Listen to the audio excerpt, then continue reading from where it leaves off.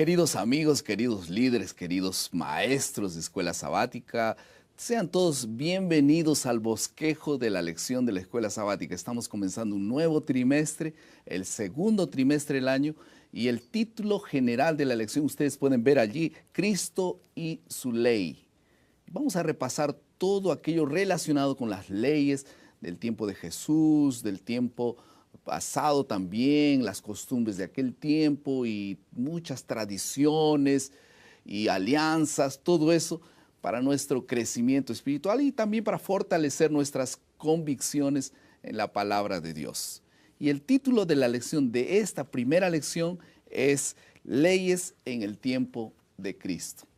Y para comentar esta serie de lecciones está con nosotros el doctor Reinaldo Siqueira, que es rector del SAL. Bienvenido. Gracias, Pastor Choc. Un placer. Y vamos a comenzar haciendo una oración y que Dios bendiga toda esta serie de estudios y que sea una bendición y sirva para el crecimiento de cada uno de nosotros. Vamos a orar. Bondadoso Padre que está en los cielos, al abrir tu palabra y repasar la lección que estudiamos a lo largo de la semana, pedimos tu bendición. Amén. Que tú nos conduzca con tu Espíritu. En nombre de Jesús te pedimos. Amén. Amén.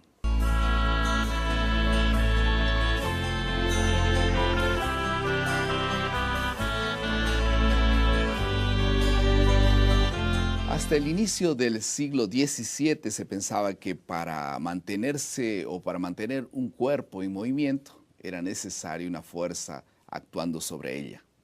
Esa idea fue totalmente revisada por Galileo, que afirmó que en la ausencia de una fuerza, un objeto continuará moviéndose en línea recta y con velocidad constante. Galileo llamó a esa ley la ley de la inercia, y la tendencia de los cuerpos es que se presentan para resistir a un cambio en su movimiento. Algunos años más tarde, Newton refinó la idea de Galileo y la tornó su primera ley, también conocida como la ley de la inercia. Todo cuerpo continúa en reposo o en movimiento recto y uniforme, a menos que una fuerza actúe sobre ella. Así entonces, si ella está en reposo, continuará en reposo. Si estuviera en movimiento, continuará tal vez moviéndose en línea recta y con velocidad constante. Vamos a ver un ejemplo. Aquí yo tengo un vaso y tengo también una moneda encima de un papel que está encima del vaso. Yo voy a jalar el vaso y se supone que la moneda va a quedarse allí mismo. Vamos a ver si funciona. Y ocurrió. El movimiento del papel fue brusco, pero la moneda estaba estática y ella se quedó en el mismo lugar. Esas son las leyes que existen, naturales, y nosotros también tenemos leyes espirituales, leyes de diversos, leyes morales, etc. Y ese será nuestro tema de este trimestre. Y el foco de esta lección específica es tener una comprensión del contexto histórico y cultural de las diversas leyes que gobiernan la sociedad y gobernaban la sociedad en el tiempo de Jesús. Vamos a pasar a la segunda parte de nuestro bosquejo.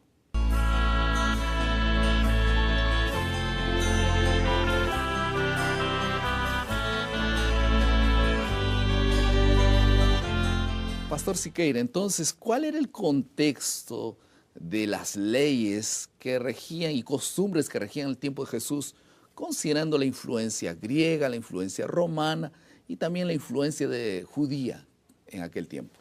Bueno, pastor, cuando Jesús aquí vivió entre nosotros, ¿no? La Judea, donde él vivía, y Galilea, era una región que está influenciada por todas esas fuerzas, tanto políticas como culturales, ¿no? La ley romana ahí existía porque los romanos habían anexado la Judea como parte de su imperio. Entonces ahí imponían sus leyes, ¿no? Que todos debían obedecer como parte del imperio romano. Las leyes o costumbres griegas ahí existían también porque desde Alejandro Magno, ¿no? Cuando estableció su imperio, la influencia de la cultura griega se esparció y dominó el mundo de la época. Entonces había ahí costumbres y leyes griegas que influían. Inclusive la lengua, ¿no? Que se La hablaba. lengua, se hablaba griego, es la lengua internacional, ¿no? Mismo los romanos utilizaban el griego para comunicarse con otras culturas, ¿no? Y, por supuesto, Jesús era un judío, vivía en un país donde la costumbre judía estaba basada en las leyes bíblicas, las leyes del Antiguo Testamento, y las interpretaciones rabínicas acerca de esas leyes para actualizarlas a su época. Y así todas esas leyes estaban ahí, ¿no? Inclusive había también la ley de los propios judíos, ¿no? Sí, porque o sea, cuando Moisés escribió era 1500 años antes de Cristo casi, ¿no? Y entonces ahí muchas cosas deberían ser adaptadas, ser actualizadas. Israel no más era un país independiente, no más existía el rey davídico, ¿no? No más tenía la libertad de hacer todo lo que quisiera, porque los romanos ahí estaban. Entonces, ¿cómo adaptar las leyes de Moisés de una época tan lejana para sus días y cómo bajo las circunstancias que ellos vivían? Entonces eran las leyes judías que llamamos nosotros leyes rabínicas o las costumbres de los padres. Y en ese contexto Jesús vino para poder reformular o fortalecer, reafirmar la ley de Dios. Ahora, vamos al concepto nomus. El concepto nomus, que es un concepto griego, ¿en qué consiste? Entonces, ve, fíjate que la lección mismo llama atención para estas distintas leyes, ¿no? Nomos, en el contexto griego, es la costumbre de un pueblo. Las costumbres de un pueblo son codificadas en leyes. Entonces, en esto hay una parte muy interesante que hasta hoy hay una influencia muy grande en las personas, la manera como piensan. Una costumbre antigua era la ley para la antigüedad, pero hoy, como las costumbres cambiaron, entonces la ley necesita cambiar también. La gente piensa así, ¿no? Entonces, y piensa que la Biblia es la misma cosa, una costumbre antigua, pero hoy hay que cambiar las leyes de la Biblia porque las costumbres son otras hoy, o de la iglesia, o de donde nosotros vivimos, ¿no? Entonces, este es el concepto de ley para los griegos.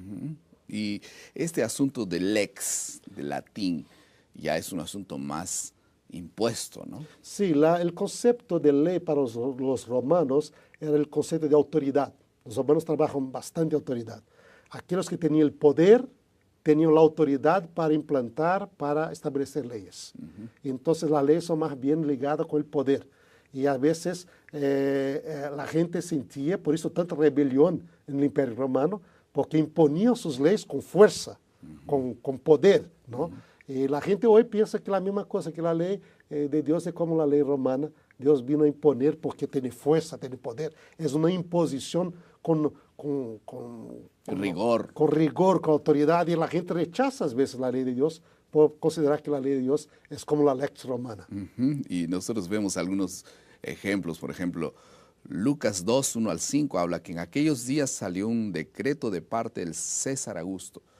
Y Jesús mismo fue crucificado también con una ley romana también, ¿no? Sí, había la ley más fuerte para los pueblos extranjeros, que ajenos al Imperio Romano, que fazían parte de su imperio, llamábase la ley de Lex Julia Majestatis, que prohibía a cualquier persona proclamarse rey en el Imperio Romano, porque só había un rey, César. Entonces esa fue la acusación que los líderes de la época de Jesús acusaron a Jesús. Él se proclama rey, y nosotros solo tenemos a César como nuestro rey. Entonces, y quien se proclamase rey en el Imperio Romano estaba bajo la penalidad de muerte por ejecución, ser ejecutado, porque desafiaba esta ley. Y bajo esa ley Cristo fue crucificado, una ley romana. Y también tenemos nosotros la Torá. La Torá es podríamos decir, es la ley de Moisés. ¿Y cuál era la influencia, cuál era el origen de esa ley? Bueno, el concepto de Torá en la Biblia es muy distinto de estos dos otros, tanto costumbre de un pueblo como la imposición de una ley. La Torá, su base está en la creación. O sea, Dios crió el mundo para que funcionase de un cierto modo. Los seres humanos para que su vida siguiese una cierta orientación. Entonces, la palabra Torá ni siquiera quer dizer ley. Torá quiere decir instrucción, orientación. Entonces, porque Dios crió el hombre para vivir de un cierto modo, en su palabra coloca las orientaciones básicas para que el ser humano sepa cómo conducirse. Porque de este modo lo crió Dios, ¿no? Y así, si uno obedece la ley, le irá bien, porque va a actuar, va a vivir de modo como Dios crió al ser humano para vivir. Y así le va a traer salud, bienestar, felicidad, ¿no? Y los seres humanos van a vivir bien, porque siguen las instrucciones de Dios. Y ahora, en el tiempo de Jesús existían algunas leyes civiles, leyes religiosas, judaicas, como se llaman. Y Mateo 26, 59 al 61 habla un poco acerca, por ejemplo, del Sanedrín, y cuyo sumo sacerdote era Caifás, los escribas y los ancianos. Este órgano legislativo responsable era el Sanedrín. ¿Sanedrín qué significa? Sanedrín es una palabra ligada al griego sinedrium, que quiere decir el tribunal, ¿no? Donde está ali juzgando las personas. Pero la idea estaba con este grupo, sabe que cuando Moisés designó 71 ancianos para ayudarlo a conducir a Israel. Entonces la idea sería esta, esa sería la Suprema Corte judía de la época, que decidía los grandes casos legales del país, del pueblo judío. Y el código que ellos usaban sería entonces los 5 libros de Moisés. Sí, se tomaba el Pentateuco, la Torá, que será llamada la Torá, y la interpretaba de cómo aplicar esa Torá ahora para los tiempos que ellos estaban viviendo, las circunstancias de Judea en la época. Se puede decir entonces que las leyes de Moisés incluían las leyes civiles, las leyes ceremoniales, la ley moral, las leyes militares y tal vez las leyes en forma general de salud también, ¿no? Sí, la ley a veces nosotros dividimos la ley como moral y ceremonial, pero la verdad es que la ley es un complejo mayor de leyes que involucraba todo eso. Algunas de ellas aplicaban al país de Israel solamente, como Estado bajo la dirección de Dios, ¿no? Y había estas leyes, por tanto, de todas esas esferas de vida, civil, moral, ceremonial, salud, leyes militares, cómo hacer guerra a un otro pueblo, ¿no? Todo eso eran las leyes del Antiguo Testamento. Y ellos consiguieron juntar 613 leyes, juntando todas esas que eran como leyes específicas, complementarias, se puede decir así. Sí, estas son las leyes que están en Pentateuco. Se cuenta desde el Génesis 1 hasta el final de Deuteronomio, los rabinos identificaron 613 leyes, de todas especies, ¿no? Pero ahí después aparecen las leyes rabínicas, que eran cómo interpretar esas leyes y aplicarlas al tiempo en que ellos vivían. Y ahí se desarrollan algunas costumbres, ¿no? Un ejemplo, por ejemplo, la ley de Moisés decía que no podía se cocer y comer el ganado, un becerro, ¿no? Y con la leche de su madre. Era prohibido. Pero esta es una ley humanitaria, para tratar bien a los animales. No sacar el animalito ahí y matarlo y cocerlo en la leche de su mamá, cuando aún debía ella darle leche para que creciera. O sea, deja el animal crecer, desarrollarse, ¿no? Pero esta es una ley bíblica, de las 613. Pero ahí los rabinos pensaron, pero si alguien un día compra carne de un becerro y compra leche de su madre y no sabe, ¿cómo hacer esto? Porque ahí vamos a transgredir esta ley, ¿no? Y ahí entonces prohibieron comer leche. Tomar leche, ¿no? Tomar leche, al mismo tiempo comer carne. Porque si uno no toma leche y come carne, o come comidas con leche, comidas de carne separadas, nunca va a transgredir esa ley. Entonces ahí es una ley, una tradición que se desarrolló para impedir que la persona transgredisse un día la ley de la Biblia, ¿no? Pero se ve que esto ahí se puede llevar a extremos que Jesús criticó, que se llevó a extremos ese tipo de procedimiento legal, ¿no? Y en medio de todo ese contexto, nosotros vamos a revisar todo este trimestre cómo Jesús encaró esta nueva visión de las leyes, cómo aclaró las cosas y cómo definió algunos conceptos y principios relacionados y confirmados en el tiempo que Él estuvo en esta tierra. Vamos a pasar a la tercera parte de nuestro bosquejo, que es la aplicación.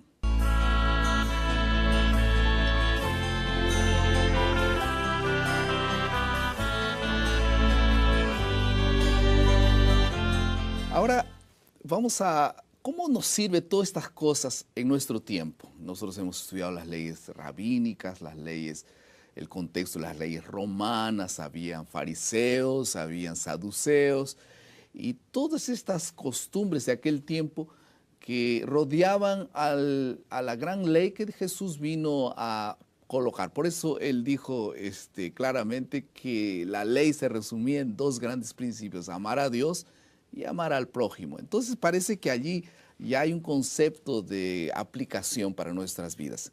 Nosotros hacemos lo que hacemos por deber o por amor.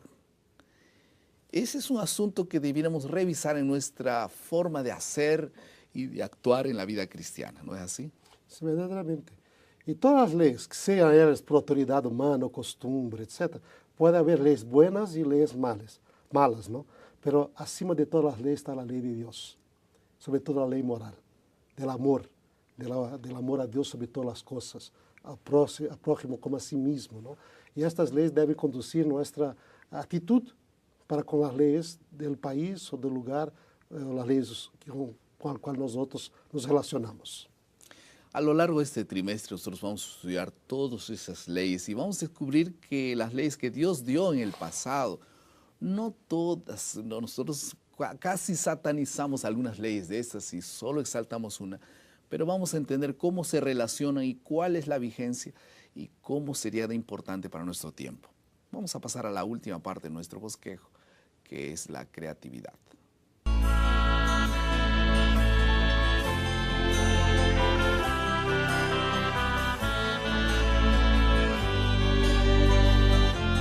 La importancia de tener prácticas espirituales, personales, nos lleva a incorporar una respuesta de amor a las tareas y obligaciones cotidianas.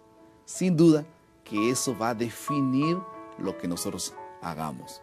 Por eso tal vez la primera cosa que nosotros queremos tomar como decisión es aquella declaración que está en la lección, en una tarjetita que vienen algunos en la primera página, otros en algún otro lugar, que es el compromiso con la lectura diaria de la Biblia y la lección de la escuela sabática. ¿Qué te parece? Dice allí: por la gracia de Dios estudiaré mi Biblia y mi lección todos los días. ¿Cómo esta práctica espiritual personal y cotidiana puede influenciar en mi relación con Dios y después en mi obediencia a los mandatos del Señor? ¿Por qué no firmas esa declaración allí y por qué no colocas allí esto en oración para que cada mañana tú tengas el privilegio de encontrarte con Dios, relacionarte con Él y fortalecer tu amor por Dios y por los mandatos que Él nos ha dejado? Vamos a orar. Querido Padre, muchas gracias por tu palabra. Gracias, Señor, porque tú quieres que nos relacionemos contigo, porque el principio de toda ley es el amor. Gracias, Señor, por concedernos cada mañana el deseo de comunicarnos contigo a través del estudio diario de tu palabra y la lección. Haz de esto una realidad todos los días en nuestras vidas, en el nombre de Jesús. Amén. Amén.